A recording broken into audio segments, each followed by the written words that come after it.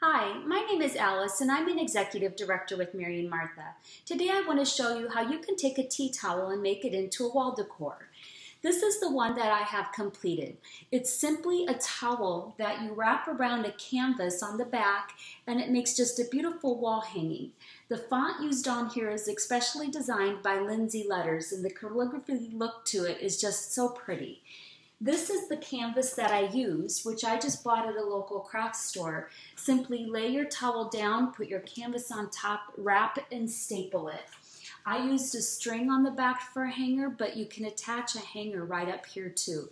It makes for a very nice do-it-yourself project for your house. We have two towels available to do this with. The one reads like I have. We opened our home to love and grace and ask God's blessings on this place. And the other one reads, they broke bread in their homes and gave and ate together with glad and sincere thanks, as you can see there.